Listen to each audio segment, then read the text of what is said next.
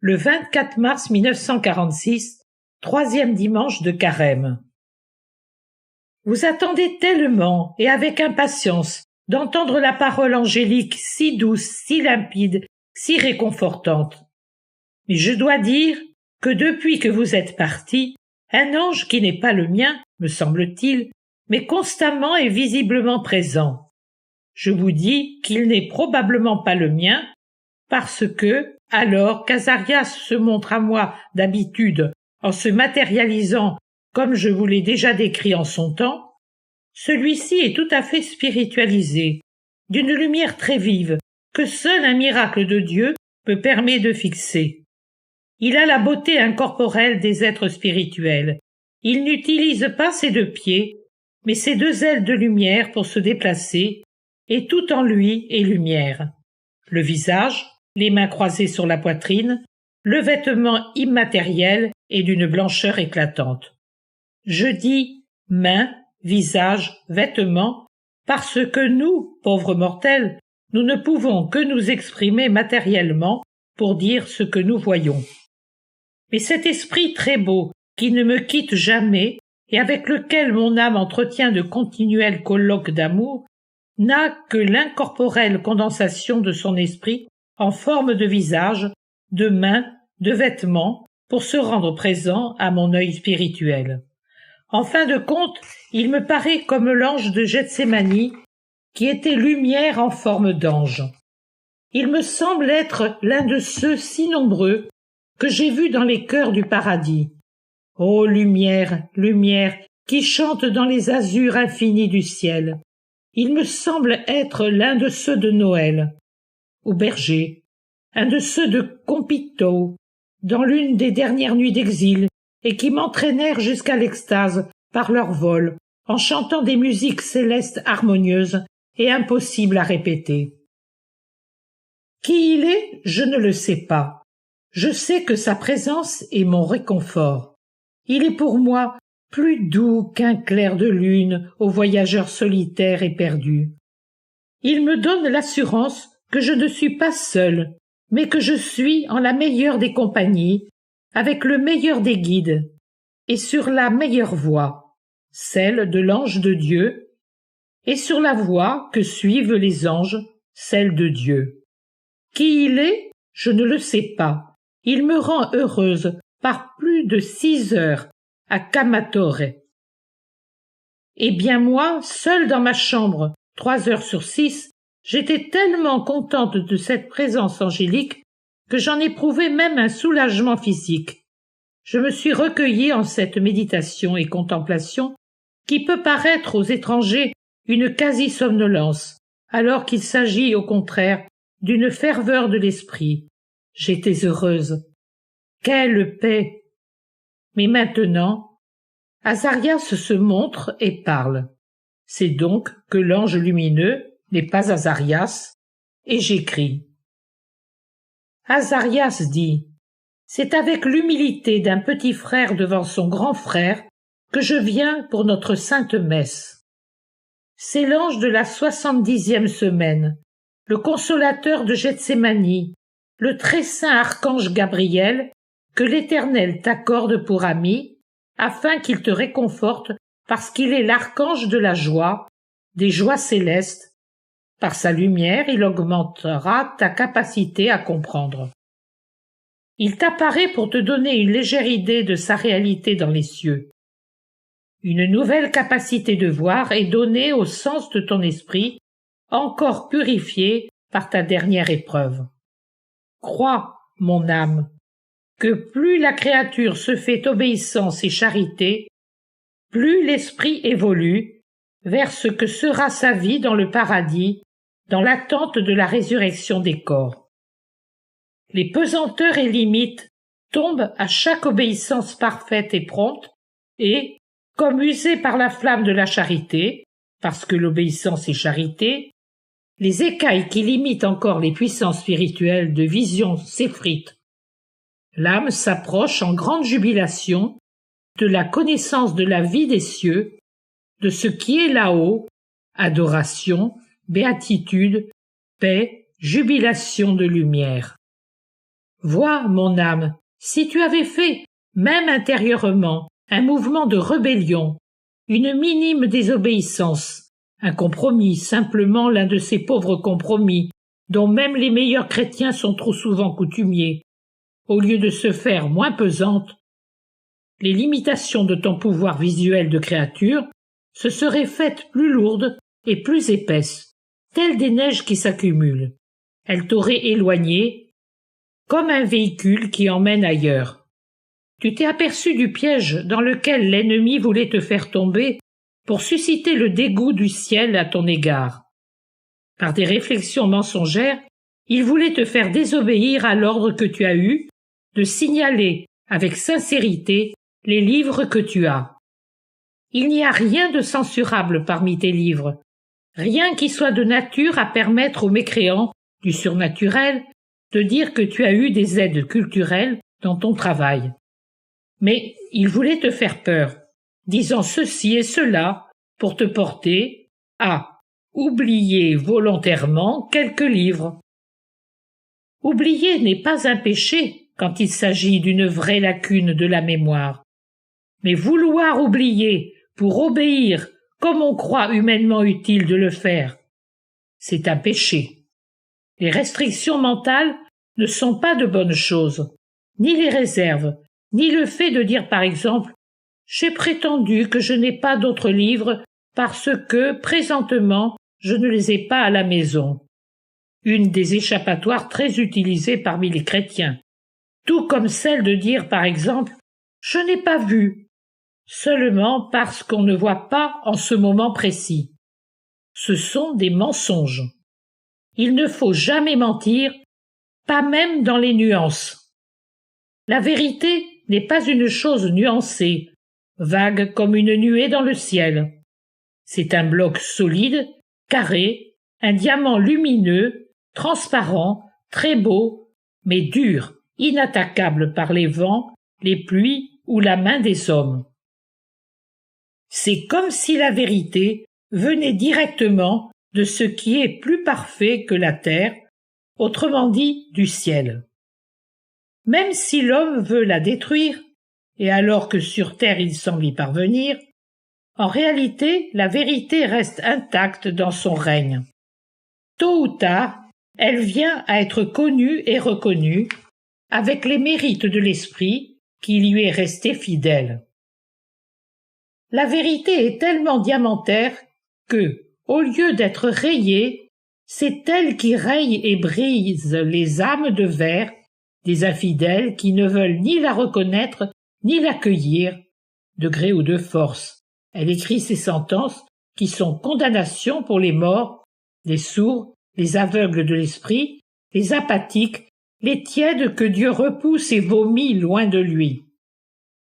Elle écrit sa vérité, d'être vérité, même si on la nie, sur les pauvres cristaux enfumés et poussiéreux, couverts d'inutiles toiles d'araignée, qui se croient meilleurs que les diamants, pour la seule raison qu'ils sont bien emballés. Vois, mon âme, si tu avais accepté une restriction mentale, l'une de celles que te proposait Satan, et si tu avais omis ce livre de ton grand-père parce qu'il pouvait porter ombrage au prêtre, tel autre de ta mère parce qu'il est à l'index, tel autre à toi parce qu'il parle de Dieu, et pourtant de façon tellement minime qu'il ne peut certainement pas expliquer ce que tu écris, et tout cela pour paraître sainte, même à travers les livres que tu conserves par souvenir, comme tu gardes les tableaux de famille que tu ne peux regarder tant tu es infirme, mais dont la destruction te ferait souffrir, parce que c'est le visage de ton père, de ta mère, de tes grands-parents, etc. Tu aurais menti. Alors tu ne mériterais pas cette paix dont tu jouis, et tu ne verrais pas le glorieux Gabriel. Tu as davantage mérité par cette parfaite obéissance, qui pourra paraître si ridicule au superficiel, que si tu avais récité 1000 prières vocales. Ceci pour te dire la valeur de l'obéissance qui ne doit se souiller d'aucun compromis. Sois toujours héroïque et que tu augmenteras toujours en toi la paix et la lumière. Maintenant, méditons notre sainte messe. L'introïte ne te paraît-il pas écrit justement pour toi, petite voix? S'il définit exactement ta situation actuelle, le piège mis à tes pieds, il décrit tout aussi bien ton état spirituel. Mes yeux sont toujours tournés vers le Seigneur. Voilà, oui, il en est toujours ainsi. La méchanceté, l'incrédulité des hommes, auxquels, par contre, tu dois toujours pardonner avec les paroles de notre très saint Seigneur Jésus. Père, pardonne-leur, car ils ne savent pas ce qu'ils font, pourront toujours te tendre des pièges. Mais où? Aux pieds, à cette partie infime et matérielle posée dans les saletés des chemins du monde, parce que pour l'instant, tu es encore dans le monde, comme y était le Seigneur Jésus durant les 33 années qu'il a passées comme homme-dieu en Palestine. Toutefois, ils ne peuvent mettre de piège à ton esprit, à ta vue contemplative, à ta charité qui flamboie et se condense toujours plus vers le Très-Haut et Très Saint Seigneur, un et trine, d'autant plus que tu t'aperçois qu'ici-bas, tout est vanité et instabilité. Voici donc que, un piège au pied, mais l'esprit libre, tu fixes ton regard sur le Seigneur. Tu cries « Regarde-moi !» Alors il se tourne tellement vers toi qu'il se donne lui-même. Tu cries « Je suis pauvre et seul !» Non, tu es avec ses anges et avec lui. Avec lui, avec lui. Alléluia! Mon âme est avec le Seigneur. Peut-il y avoir joie plus grande pour un ange gardien? Tu n'es donc pas seul. Tu as les amitiés infinies du ciel. Et tu n'es pas pauvre. Tu possèdes la richesse que personne ne peut voler. Ne crains pas. Ta confiance dans le Père ne sera pas déçue. Maintenant, pour louer Dieu de son saint archange, unissons la sainte messe du 3e dimanche de Carême à la lumineuse messe de Saint Gabriel. Dans le missel romain de Saint Pidis, Saint Gabriel, archange, est fêté le 24 mars. Contemplons ensemble notre vertu d'ange. Qu'est-ce qui fait notre grandeur? Est-ce notre beauté? Notre destin? Ou encore notre origine? Non, c'est la promptitude de notre obéissance au son des paroles de Dieu, à l'éclair de sa très sainte pensée, parce que le son que nous percevons est un éclair de lumière béatifique, non pas le son d'une voix matérielle. À l'accueil de cette lumière, notre lumière personnelle s'allume sous l'effet de la jubilation et augmente davantage dans l'exécution de son commandement. Tu sais, si nous n'obéissions pas, alors notre lumière s'éteindrait, notre beauté cesserait, notre destin serait transformé, et notre origine nous deviendrait condamnation, comme ce fut le cas pour Lucifer et les anges rebelles. Nous, les anges du Seigneur, ne pouvons nous glorifier de rien qui soit notre beauté, notre destin ou origine, parce que tout nous vient de Dieu. En revanche, comme ces créatures du Créateur que sont les hommes, nous pouvons nous glorifier du service obéissant du Seigneur. Le premier-né d'entre les hommes atteignit la perfection absolue dans le fait d'être obéissant jusqu'à la mort pour faire la volonté du Seigneur. Quel mérite aurions-nous si, spirituels comme nous le sommes, nous n'avions pas à exercer les vertus de charité, d'humilité, d'obéissance, de vérité? En effet, puisque nous ne pouvons avoir de luxure charnelle, ni ne devons avoir foi et espérance, nous qui voyons la réalité très sainte de Dieu, et puisque nous sommes supérieurs aux hommes, car non appesantis par la matière, nous n'avons nul besoin d'être tempérants, forts, justes et prudents, car c'est la contemplation même de Dieu qui nous le fait être. Ô Dieu nous pénètre tout à fait, comme est bon le Seigneur qui se déverse ainsi sur ses esprits et nous donne la possibilité de lui faire honneur par la charité, l'humilité, l'obéissance et la vérité. Bénissons le Seigneur, nous les anges, et toi, petite âme. De tout notre être, bénissons le Seigneur. Et toi, implore du Saint-Archange sa perpétuelle protection. Aime-le tant, parce qu'il est l'ange des heureuses nouvelles et des sublimes consolations. Lisons les premiers mots de la lecture. Voici Gabriel. Soudain, en volant, il me toucha dans le temple du sacrifice du soir. Il m'instruisit, me parla et dit : Maintenant, je suis venu t'instruire pour te faire comprendre. Il n'est pas besoin de plus pour l'instant. Il me toucha dans le temple du sacrifice du soir. Voilà qu'en fut touché Daniel, à l'heure du sacrifice, dans le temple le soir. Ton soir approche, mais avant qu'il ne vienne et précède l'aube, parce que le soir n'est pas une fin, mais il annonce le jour suivant dans la continuité parfaite des éléments créés, qui obéissent à Dieu mieux que les hommes. Tu seras instruite par l'archange. Pourquoi un tel honneur ? Parce que tu es dans le temple que la charité réciproque entre Dieu et toi a créé, et parce que l'heure de ton sacrifice final arrive. C'est le plus doux, celui qui obtient l'éloignement de Satan aux heures nocturnes. Après sa tentation à l'heure des ténèbres, notre Seigneur Jésus fut consolé par Gabriel, et Satan ne le troubla plus. Ce sont les hommes qui restèrent torturés, le divin mourant. Mais que sont les hommes par rapport à Satan ? Tu le sais. Prends courage. Le sacrifice du soir est justement fait pour éloigner Satan, lui imposer le « ça suffit » divin et apporter la force de Dieu à ses enfants sacrifiés. Gabriel te parlera d'un terrible secret et il te donnera un ordre qui vient de Dieu, terrible lui aussi, non pour toi, mais pour ceux qui le provoquent.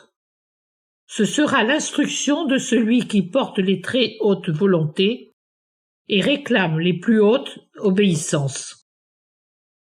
Revenons maintenant à l'épître de saint Paul. Mais je réponds d'abord à ta question. Ainsi, tu en écriras la réponse, ainsi que ce que je te disais il y a 2 dimanches à propos de mon silence sur l'Évangile. Pourquoi est-ce saint Gabriel et non pas moi qui te donnera cet ordre et ce secret ? Parce que le mineur doit se taire, là où parle le majeur. Ainsi en va-t-il de ce secret, comme des explications de l'Évangile, puisque le Seigneur Jésus t'en instruit directement, lui qui est le Maître suprême de tout ce qui est sur terre et au ciel. Moi, je me tais, je suis à l'écoute, et je n'ai rien à ajouter là où il parle. Paul décrit tout le programme du chrétien, donc aussi celui des voies, qui, rien que par reconnaissance envers le Seigneur du grand don qu'il leur accorde, doivent être plus parfaites que les autres et tendre à cette perfection en toute perfection de pensée. Sais-tu quelle est cette perfection de pensée ? C'est vouloir être parfait, non pour la gloire future que procurera la perfection, mais par amour. L'amour d'un fils qui a reçu un bienfait de manière surhumaine de la part du Père, dans une mesure telle que seul l'infini peut la donner. Voici alors. Soyez les imitateurs de Dieu comme des fils bien-aimés. Oh, Paul ne vous dit pas « imitez tel ou tel saint ». Il vous dit « imitez Dieu dans ses perfections ». Imitez Dieu. Cela demande de faire un continuel effort pour atteindre la perfection, et cela avec charité, mais aussi avec humilité, avec foi, mais aussi avec humilité, avec espérance, mais aussi avec humilité. Vous savez que vous serez toujours incapable, en dépit de tout effort héroïque, de posséder la perfection de Dieu. Mais ne vous découragez pas, parce qu'il est parfait. Le Père très saint sait que la créature ne peut être comme le Créateur. Pour vous encourager, pour justifier votre mesure relative en la proclamant avec justice, parfaite pour la créature. Il a mis une limite à cette mesure. Il a dit « de tout votre être, de tout ton cœur, de toute ton âme et de toutes tes forces, dit le commandement immuable jusqu'à la fin des siècles. Il est hérétique et maudit celui qui le modifie, l'altère ou le substitue par un commandement d'homme pour d'autres cultes dont les idées ne sont pas de Dieu, mais sont un mélange de fumée infernale et de poison infernal avec la fumée et le poison d'une mauvaise créature. Quand quelqu'un aime de tout son cœur, de toute son âme et de toutes ses forces, il a par lui-même aimé parfaitement. En cela, il a imité Dieu qui est parfait dans le bien. Second précepte de Paul. Vivez dans l'amour comme le Christ qui nous a aimés et s'est livré lui-même à Dieu pour nous, en offrant des victimes, comme un parfum de bonne odeur. L'amour parfait, c'est l'amour de Jésus-Christ, Fils de Dieu et notre Seigneur. L'amour qui va jusqu'au sacrifice. L'amour du prochain qui en arrive à s'immoler pour le prochain. L'amour pour Dieu jusqu'à devenir l'immoler sur l'autel de la réparation. Autre précepte, de débauche, d'impureté, quelle qu'elle soit, de cupidité, il ne doit même pas en être question parmi vous, qui devez seulement évoquer les dons, les perfections et les instructions de Dieu. Vous n'êtes plus des hommes, vous êtes des voix. La voix n'a pas de pesanteur, c'est un son. Ne soyez pas lourds d'humanité, ne pervertissez pas votre grâce d'être voix par des obscénités, des discours sans intelligence et de bouffonnerie. Souvenez-vous que le geste symbolique des lèvres purifiées par le feu pris sur l'autel n'est pas limité aux prophètes. Tous ceux que Dieu élit, les vraies voix, pures et incontestables, ont été purifiés avant leur mission par le feu du divin amour. Les psaumes des prêtres sont devenus sacrés par l'ordination, et ces mains ne devraient rien toucher d'impur, ni faire de gestes impurs, puisqu'elles doivent toucher le très saint corps de notre Seigneur.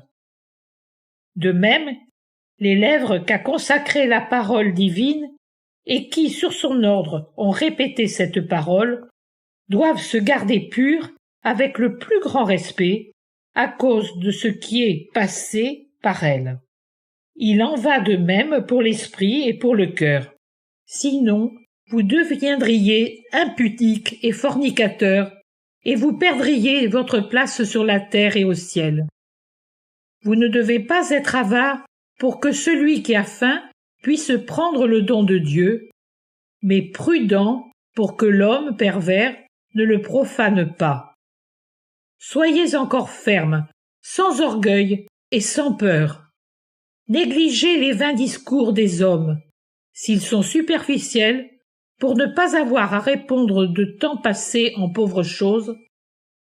Si ces discours ont pour l'objet de vous effrayer ou de vous enorgueillir, ou encore de dénigrer et de tendre à diminuer l'œuvre que Dieu fait en vous, ne vous laissez pas séduire. La colère de Dieu est sur les incrédules. Ne vous associez donc pas à eux, mais répondez-leur. Un jour que nous étions ténèbres nous aussi, mais maintenant nous sommes lumière dans le Seigneur. Et nous prions pour vous afin que vous puissiez devenir lumière. Rien de plus que cela, Maria, rien de plus. Vis toujours en fille de la lumière, parce que son fruit est tout ce qui est bon, juste et vrai. Il est impossible que Satan serve Dieu en donnant des paroles saintes pour la conversion des cœurs. Tu peux dire cela aux incrédules et aux rationalistes. Vole à la maison, ô nid, tourterelle de Dieu, et établis ta demeure en son amour. Une fois là, écoute, car tu as besoin de cette protection pour pouvoir entendre ce que te dit l'archange. Trouve ta paix en cet amour. Azarias s'agenouille alors pour écouter Gabriel, dont la lumière s'accroît, et qui m'adresse cette salutation. Ave Maria. Rien d'autre que Ave Maria. Puis il me dit une terrifiante parole. Oh, c'est vraiment une parole terrifiante. Et il me donne un ordre. Propos de condamnation et ses raisons. Mais je l'emporterai avec moi dans la tombe. C'est bien plus terrible, dit l'archange, que le secret de Fatima, et il ne doit pas être révélé parce que les hommes, même ceux pour lesquels il était mis, ne méritent pas de le connaître. Puis l'archange chante avec Azarias qui se relève de sa génuflexion. Bénissons le Seigneur. Je réponds, grâce soit rendue à Dieu, comme me l'a enseigné Azarias, et je dis avec eux, gloire au Père et au Fils et au Saint-Esprit. Désormais, j'ai aussi le poids angoissant de cette terrible connaissance.